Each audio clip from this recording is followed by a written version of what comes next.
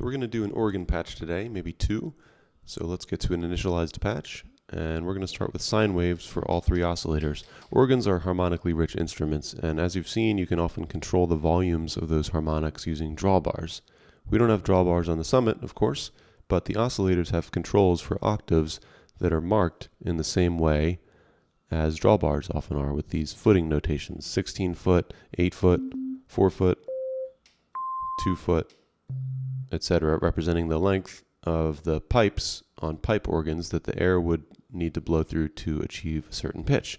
So with that in mind, the oscillator levels here in the mixer control area could be thought of as kind of like drawbars in a very rudimentary way, controlling the volume for whatever harmonic you set for that oscillator. And if you layer two patches in multi-mode, then you could get 6 drawbars, but we're just going to do a single patch today. So the buttons here with the footing markers only allow you to change the octave for the note that you want to play.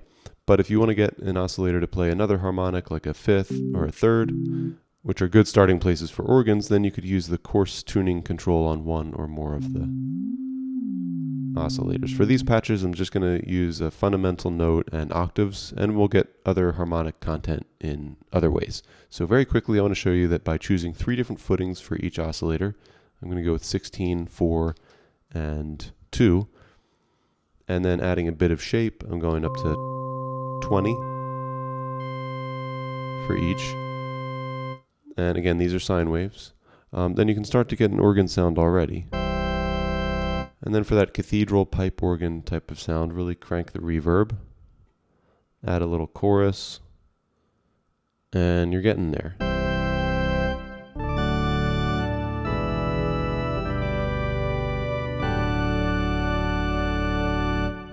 So I recommend using the mod matrix to set either an expression pedal or aftertouch to control the levels of each oscillator. For organs, it's good to be able to bring the volume in and out expressively. Maybe some distortion and drive. So that's one very quick organ that you can modify in a million ways with different wave shapes, harmonics, adjusting the mixer levels just to start. There's a lot more that you can do. But I want to do an organ that sounds a little bit better for jazz, so let's start from here. I'm going to take the shape down for each oscillator. I'm going to leave those at 0 for this patch, and I'm going to bring oscillator 1 up to an 8-foot octave. Still sine waves. For the oscillator levels in the mixer control, I'm bringing oscillator 1 up to around 210, oscillators 2 and 3 down to around 65 or so. So I really want the lower end to kind of come through. That's why I'm doing that. And we didn't set an envelope yet, but I am going to do that. So I want an attack of 0 for this patch. With the cathedral sound, I might not have done that, but I want a 0 attack here because you can start to get that little bit of clicking when you have a 0 attack, and that's good for a jazz organ. So we're going to hear that soon. Moderate decay all the way up on the sustain and a release of around 30 or so. Let's get the reverb out of there. So you can sort of start to hear that clicking. I want to bring it out even more though. So one trick you can do is take a mod envelope 1 in our case, set all the levels to 0 except for the attack. Now on certain synths, 0 might actually work better for this trick. On the Summit, I find that 1 is good, so you've got a 1 attack, 0, 0, and 0 for the other 3.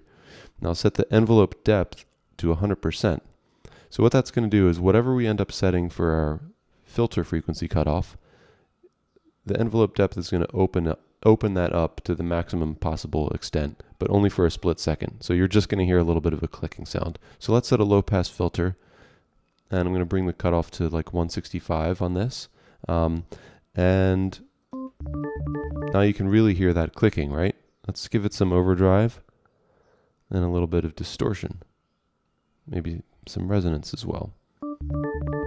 So those aren't crucial components of this sound, but another thing that is I think the noise, because you want that sort of whooshing sound and even some movement that might come from the Leslie speaker effect. So I'm going to set the noise to 30, but from the oscillator menu, Summit has a dedicated low pass and high pass filter just for the noise. And I think that the high ends of the noise can give you kind of too much of a hiss, and the lows can be overwhelming in their own way. So I'm going to cut out some of the highs and lows here. Now you can hear that a little bit, but I do want some movement. So now what I'm going to do is set an LFO to the levels of each oscillator so that they rise and fall a bit. So that will take 3 slots in the mod matrix, and I've already started to set this up just to save time. I didn't give them a depth just because I didn't want to hear it yet, but I'm going to use LFO 1 at a positive level, controlling oscillator 1, 2, and 3 for 3 different mod slots, and I'm going to do that at a depth of around 15 or 17 or so. You have to set that for each one. Then of course you need a rate for your LFO, and I'm going to set LFO 1 to a rate of about 180.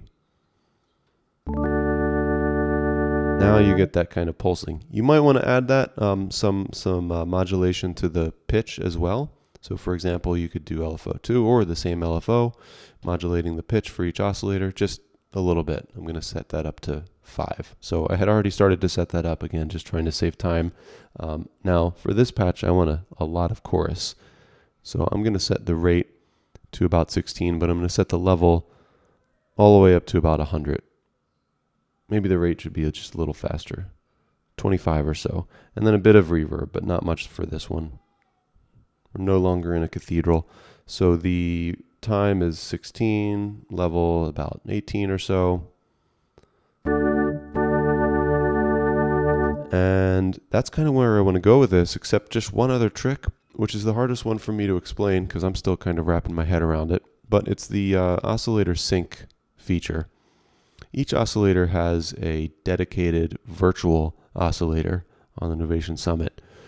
So for example, we're here in the oscillator control for oscillator 2. V-sync refers to a virtual oscillator that you don't hear, but to which oscillator 2 is synced. So that's going to change the tone of oscillator 2.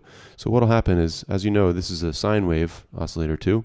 Wherever that wave is in its cycle, whenever the virtual oscillator ends its cycle, that sine wave is just going to end abruptly. So you're ending up with a sine wave that gets cut off at some point and then starts again. So that's a different wave shape altogether. And as you increase the V-sync level, that increases the frequency of that actual oscillator. So you can hear the tone sort of change. So